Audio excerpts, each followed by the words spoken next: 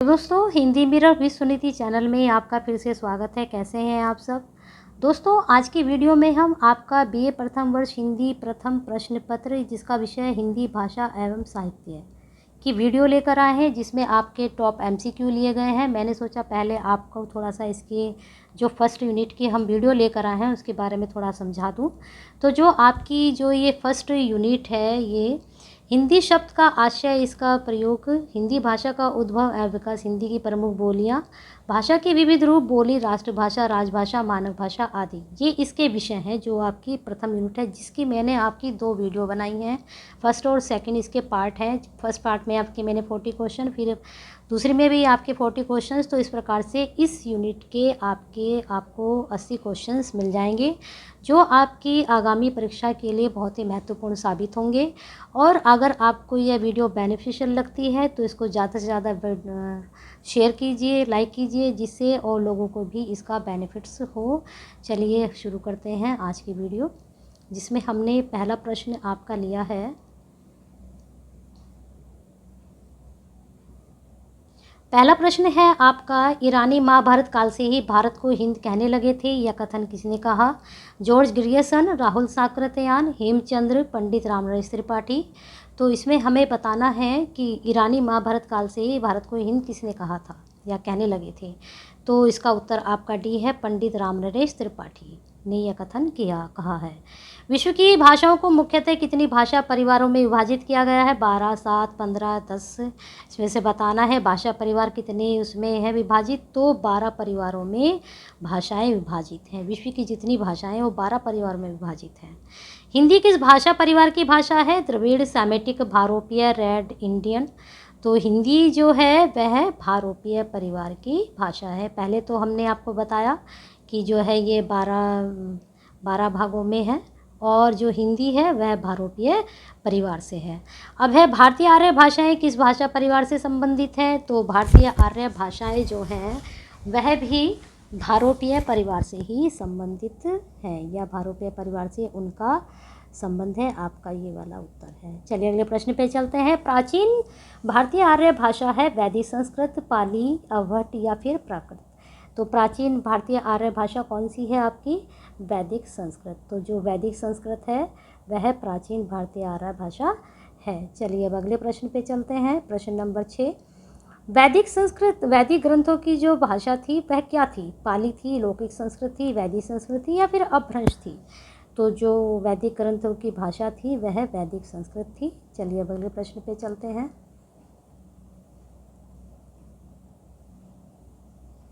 प्रश्न नंबर 7 है आपका, विद्वानों ने वैदिक ध्वनियों की संख्या 52 मानी है। इसमें कितने स्वर तथा कितने व्यंजन हैं? 11 स्वर तथा 41 व्यंजन, 13 स्वर तथा 39 व्यंजन, 12 स्वर तथा 40 व्यंजन, 15 स्वर तथा 37 व्यंजन। तो इसमें बताना है कि जो वैदिक ध्वनियों की संख्या 52 थी उस उन्होंने क्या माना था, कितने स्वर और कितने व्यंजन माने थे? तो उन्होंने 13 स्वर तथा 39 व्यंजन माने थे। चलिए अगले प्रश्न पे चलते हैं। लौकिक संस्कृत से संबंधित निम्न में से कौन सा कथन असत्य है? लौकिक संस्कृत में केवल 48 वर्ण शेष रह गए। लौकिक संस्कृत ध्वनियों में जीवामूल्य तथा उपाधमानीय लुप्त नहीं हुए। रामायण, महाभारत, अष्टाध्यायी, पुराण आदि ग्रंथों की रचना लौकिक संस्कृत में हुई है। लौकिक संस्कृत में वैदिक संस्कृत की अपेक्षा क्रिया रूपों और धातु रूपों में विशेष अंतर आ गया। तो इसमें असत्य कथन कौन सा है? बी। बाकी जो आपके ए सी डी है वो सत्य कथन है। चलिए अगले प्रश्न पे चलते हैं। मध्यकालीन भारतीय आर्य भाषा कालक्रम है 1500 ईसा पूर्व से 500 ईसा पूर्व, 500 ईसा पूर्व से 1000 ईस्वी, 1000 ईस्वी से 500 ईस्वी, या 500 ईस्वी से अब तक। तो मध्यकालीन भारतीय आर्य भाषा का काल बताना है, तो वह 500 ईसा पूर्व से 1000 ईस्वी तक था। चलिए अब अगले प्रश्न पे चलते हैं। प्रश्न नंबर आपका 10वां प्रश्न यहाँ पर है आपका। ये 1 मिनट, यहाँ पर ये 12वां प्रश्न था आपका। अब आते हैं हम प्रश्न नंबर 13 पर। प्रश्न नंबर 13 है, सद्गति व्याकरण के रचनाकार थे मोगलान, कंचान, अंगवश, अशुघोष। तो इसमें बताना है सदनीति व्याकरण के रचनाकार थे अंगवंश। तो ये आपका सी आंसर सही है। फिर अगला प्रश्न है, कच्चान व्याकरण किस भाषा में लिखा ग्रंथ है? संस्कृत, प्राकृत, पाली, खड़ी बोली। तो कच्चान व्याकरण जो लिखा गया है वह पाली में लिखा गया है। अगला प्रश्न है, प्राकृत भाषा को अर्धमागधी, चुलिका, पैशाची और अपभ्रंश इन 3 भागों में किसने वर्गीकृत किया है? पररुचि, हेमचंद्र, जॉर्ज ग्रियर्सन, मार्कंडेय। तो इसमें बताना है कि जो प्राकृत भाषा है उसको अर्धमागधी, चुलिका, पैशाची और अपभ्रंश इन 3 भागों में किसने वर्गीकृत किया? तो वह हेमचंद्र जी हैं, इन्होंने ही इनको इन भागों में विभक्त किया। निम्न में से किस भाषा का संबंध बंगत के मध्यवर्ती देश से था? प्राकृत, शोरसेनी प्राकृत, अर्धमागधी प्राकृत या फिर मागधी प्राकृत। तो आपका इसमें बताना है कि इसका किससे संबंध था, जो प्रश्न नंबर आपका 16 है। तो इसमें आंसर है आपका अर्धमागधी प्राकृत। चलिए अगले प्रश्न पे चलते हैं। मार्कंडेय ने मागधी की उत्पत्ति किसे बताई है? शोरसेनी प्राकृत, अर्धमागधी प्राकृत, महाराष्ट्रीय प्राकृत या फिर अपभ्रंश अवध। तो मार्कंडेय जी ने जो मागधी की उत्पत्ति बताई है, ये आपका प्रश्न नंबर 17 है। इसका उत्तर है शोरसेनी प्राकृत। चलिए अब अगले प्रश्न पे चलते हैं, प्रश्न नंबर 18।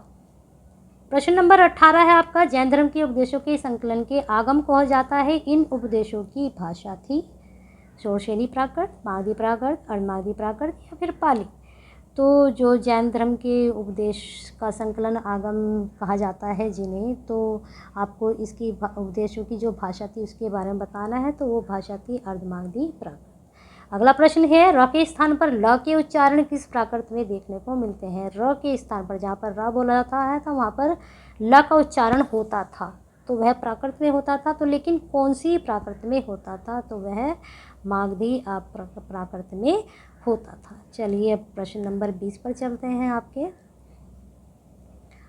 प्रश्न नंबर 20 है आपका, निम्न में से कौन सी आधुनिक भाषा अर्धमागधी अपभ्रंश की है? पश्चिमी हिंदी, लहंदा, मराठी, पूर्वी हिंदी। तो इसमें से हमें बताना है आधुनिक भाषा अर्धमागधी अपभ्रंश की है। तो इसमें जो आपकी पूर्वी हिंदी है, इसकी बोलियों के बारे में हम पीछे भी प्रश्नों में पढ़कर आ रहे हैं, नॉलेज प्राप्त करके आ रहे हैं। तो ये अर्धमागधी अपभ्रंश की है, इतना भी आपको पता होना चाहिए। फिर अगला प्रश्न है, अपभ्रंश के महान कवि शंभू हैं, जिन्होंने शंभू के बारे में भी पढ़ा है हमने भी। पहुंचरयु, रिठौणचरयु की रचना की, 10वीं शताब्दी में भविष्य की रचना की, महापुराण की रचना की या फिर कर चरित की रचना की। तो हमें बताना है कि शंभू ने इसमें से क्या किया है। तो शंभू जी ने पहुंचरयु, रिठौणचरयु की रचना की है। अगला प्रश्न है, कौन सी भारतीय आर्य भाषा पश्चिमी घोड़ियन की भाषा नहीं है? राजस्थानी, पंजाबी, सिंधी। तो दोस्तों राजस्थानी, सिंधी, पंजाबी ये सब पश्चिमी घोड़ियन की भाषा है, परंतु जो गढ़वाली है वह पश्चिमी घोड़ियन की भाषा नहीं है। चलिए अगले प्रश्न पे चलते हैं, प्रश्न नंबर आपका 23। हिंदी भारत के बहुसंख्यक लोगों की भाषा होने के पश्चात भी इसका क्षेत्र संपूर्ण भारत नहीं है, क्योंकि केवल उत्तरी पश्चिमी क्षेत्र की हिंदी प्रदेश कहा जाता है। राजनीतिक स्वार्थ हितों के कारण इसे कुछ ही राज्यों में मान्यता प्राप्त है। दक्षिणी भारत में हिंदी भाषी लोगों की संख्या कम है। आर्यों के प्रभुत्व संपूर्ण देश में नहीं था। तो ऐसा क्यों है कि आज भी हिंदी भारत के बहुसंख्यक लोगों की भाषा होने के बाद भी संपूर्ण भारत की भाषा नहीं है? तो उसका सबसे बड़ा कारण हम ये मान सकते हैं कि राजनीतिक स्वार्थ के कारण इसे कुछ ही राज्यों में मान्यता प्राप्त है। चलिए अगला प्रश्न है, निम्न में से कौन सी बोली जो है पूर्वी हिंदी की नहीं है? अवधी, छत्तीसगढ़ी, बघेली, बुंदेली। अब तो दोस्तों आप आराम से इसका टिक कर सकते हो, आराम से इसका आंसर बता सकते हो। अवधी, बघेली, छत्तीसगढ़ी ये सब जो है पश्चिमी हिंदी की है, पूर्वी हिंदी की है, परंतु बुंदेली जो है वो पश्चिमी हिंदी की है। तो इसमें 3 जो है पूर्वी हिंदी की है, परंतु बुंदेली जो है वो पश्चिमी हिंदी की है और ये पूर्वी हिंदी की बोली नहीं है। चलिए अब अगले प्रश्न पे चलते हैं, प्रश्न नंबर आपका 25। निम्न में से कौन सी बोली पश्चिमी हिंदी की नहीं है? कन्नौजी, ब्रजभाषा, अवधी, कोरवी। तो अभी पूर्वी हिंदी के बारे में पढ़ा, अब पश्चिमी हिंदी की जो बोली है कन्नौजी, ब्रजभाषा, अवधी, कोरवी, इसमें भी आपको पता चल गया होगा इसमें पश्चिमी हिंदी की कौन सी नहीं है। तो जो अवधी है वह पूर्वी हिंदी की है, वह पश्चिमी हिंदी की नहीं है। बेटा, गाड़ी जैसी द्वितीय व्यंजनों का प्रयोग किस बोली का प्रमुख विशेषता है? पूर्वी हिंदी की बघेली, पश्चिमी हिंदी की खड़ी बोली, पश्चिमी हिंदी की ब्रजभाषा, पूर्वी हिंदी की अवधी। तो इसमें बताना है कि यह किसकी भाषा है। बेटा ये सब जो है आपकी किसमें आती हैं? ये पश्चिमी हिंदी की खड़ी बोली है। थोड़ा ये शब्दों पर जोर देते हैं खड़ी बोली वाले। तो निम्नलिखित में से किस बोली की जॉर्ज ग्रियर्सन ने बांगरू नाम दिया था? कोरवी, छत्तीसगढ़ी, अवधी, हरियाणवी, तो जॉर्ज ग्रियर्सन ने बांगरू नाम दिया था हरियाणवी को। अगला प्रश्न है आपका, बुंदेलखंड क्षेत्र में बुंदेली बोली जाती है, बोली उत्तर प्रदेश में कहाँ बोली जाती है। वैसे तो बुंदेली जो है बुंदेलखंड क्षेत्र की है, परंतु फिर भी यह उत्तर प्रदेश में बोली जाती है, लेकिन कहाँ पर? कानपुर हरदोई में, मिर्ज़ापुर बांदा में, लखनऊ बहराइच में या फिर झांसी उरई में। तो दोस्तों इसका उत्तर डी है, झांसी उरई में भी बुंदेली बोली जाती है। ये आंसर है इसका, ठीक है। फिर है आपका अगला प्रश्न, निम्न में कन्नौजी का क्षेत्र है फर्रुखाबाद हरदोई, भागलपुर पटना, मथुरा वाराणसी, सुल्तानपुर या फिर गाजीपुर। तो कन्नौजी जो पश्चिमी हिंदी की बोली है, लेकिन इसके क्षेत्र कौन से हैं ये बताना है हमें।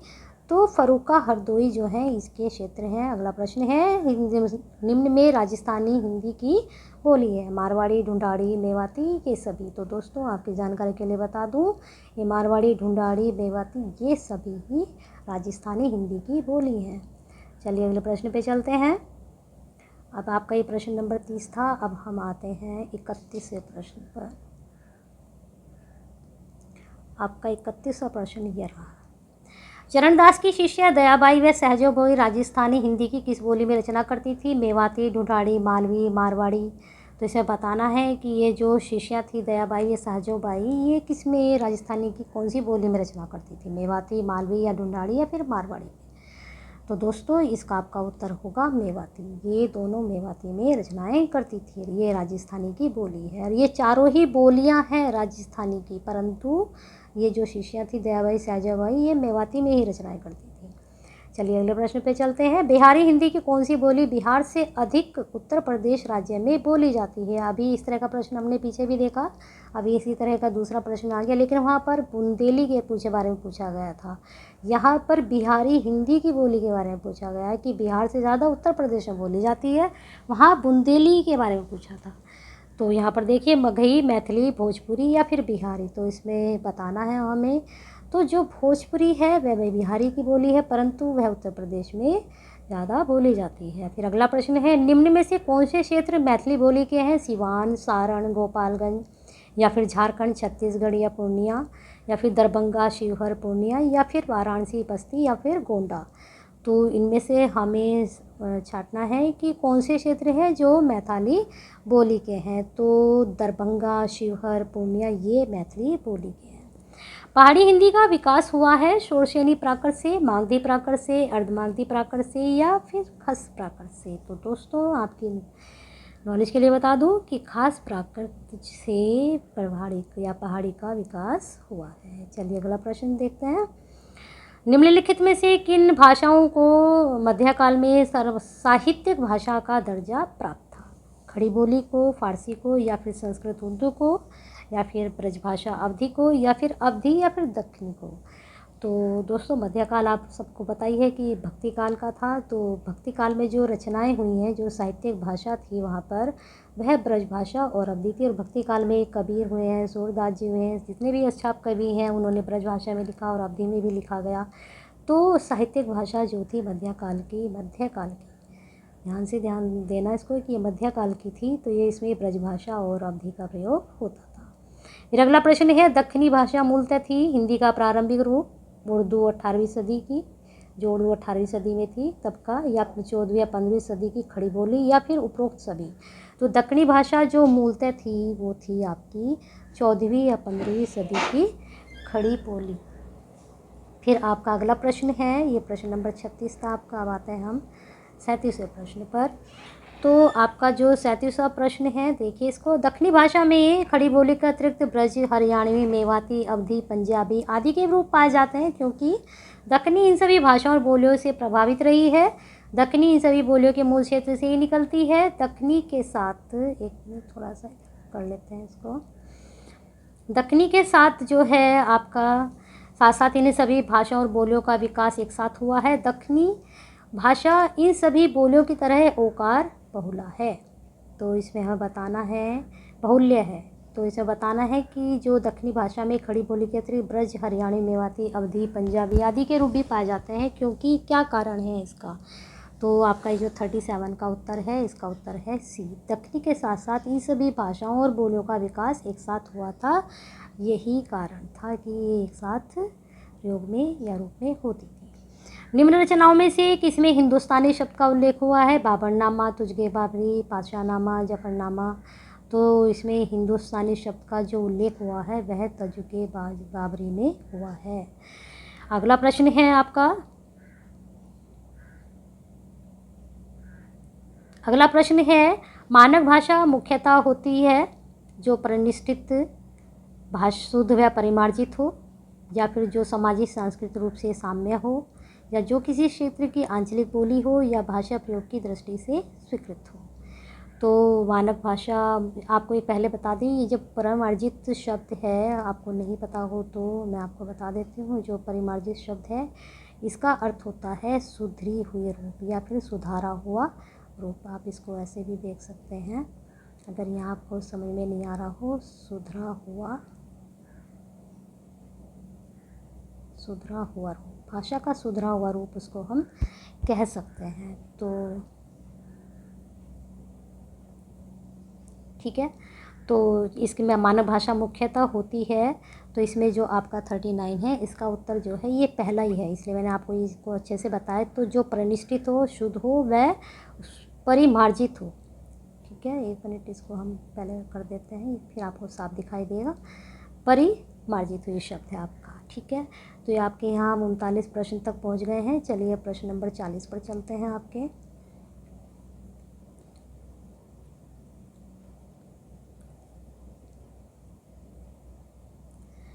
प्रश्न नंबर 40 है आपका, कौन सी अनुच्छेद में हिंदी की संघ राजभाषा व देवनागरी को लिपि के रूप में मान्यता मिली है?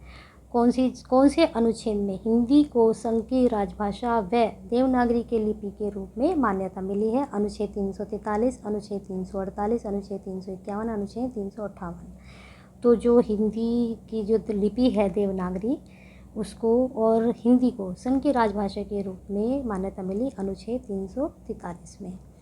चलिए अब अगले प्रश्न पे चलते हैं। आज जैसा कि मैंने आपको बताया था कि मैंने इसमें 40 प्रश्न लिए हैं, लेकिन 41वां प्रश्न भी देख लेते हैं। 8वीं अनुसूची में 92 अनुसंशोधन द्वारा किस भाषा को सम्मिलित किया गया है? संथाली, डोगरी, मैथिली, ये सभी। दोस्तों, जब संविधान लागू हुआ था उस वक्त हमारे देश में 14 भाषाओं को मान्यता मिली थी, परंतु धीरे धीरे संशोधन होते रहे तो तब जाकर ये 22 हो चुकी हैं। अब हम आप इसमें बता रहे हैं कि जो 92 संशोधन हुआ था उसमें जो भाषाएं ली गई थी उसमें संथाली भी थी, डोगरी भी थी, मैथिली भी थी, ये सभी भाषाएं ली गई थी। तो दोस्तों, इस प्रकार से ये हमने आपके 41 प्रश्न की श्रृंखला देखी है।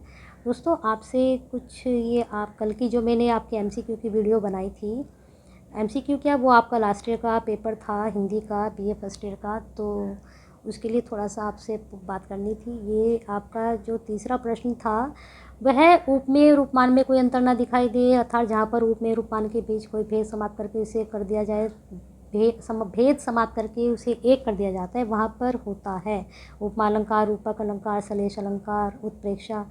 तो इसमें हमने आपको उपमा बताया था, परंतु इसमें अलंकार रूपक अलंकार है, तो इसको आप ठीक कर लीजिएगा अपने उसमें। और एक क्वेश्चन और है आपका ये वाला क्वेश्चन है आपका, नागमती की विरह वर्णन किस महाकाव्य में है? तो ये आपसे गलती से कल हमने आपको पृथ्वीराज वासो बता दिया था, परंतु ये रॉन्ग है। आपका पद्मावत सही है, आप इसको ठीक कर लीजिएगा। ये जो आपसे हमसे थोड़ी मिस्टेक हुई है उसके लिए हम आपसे क्षमा प्रार्थी हैं। और अगर आपको आज की वीडियो पसंद आई है तो इसको ज़्यादा से ज़्यादा लाइक एंड शेयर करें, जिससे आपके साथ और लोगों को भी इसका बेनिफिट हो। और जो चैनल पर नए हैं, वैसे ये बात मुझे शुरू में कहनी चाहिए थी, जो इस पर नए हैं वो चैनल को सब्सक्राइब कर लें और जो बेल आइकन है उसको भी हिट कर दें, जिससे नई वीडियो के नोटिफिकेशन आपको समय पर मिलते रहें।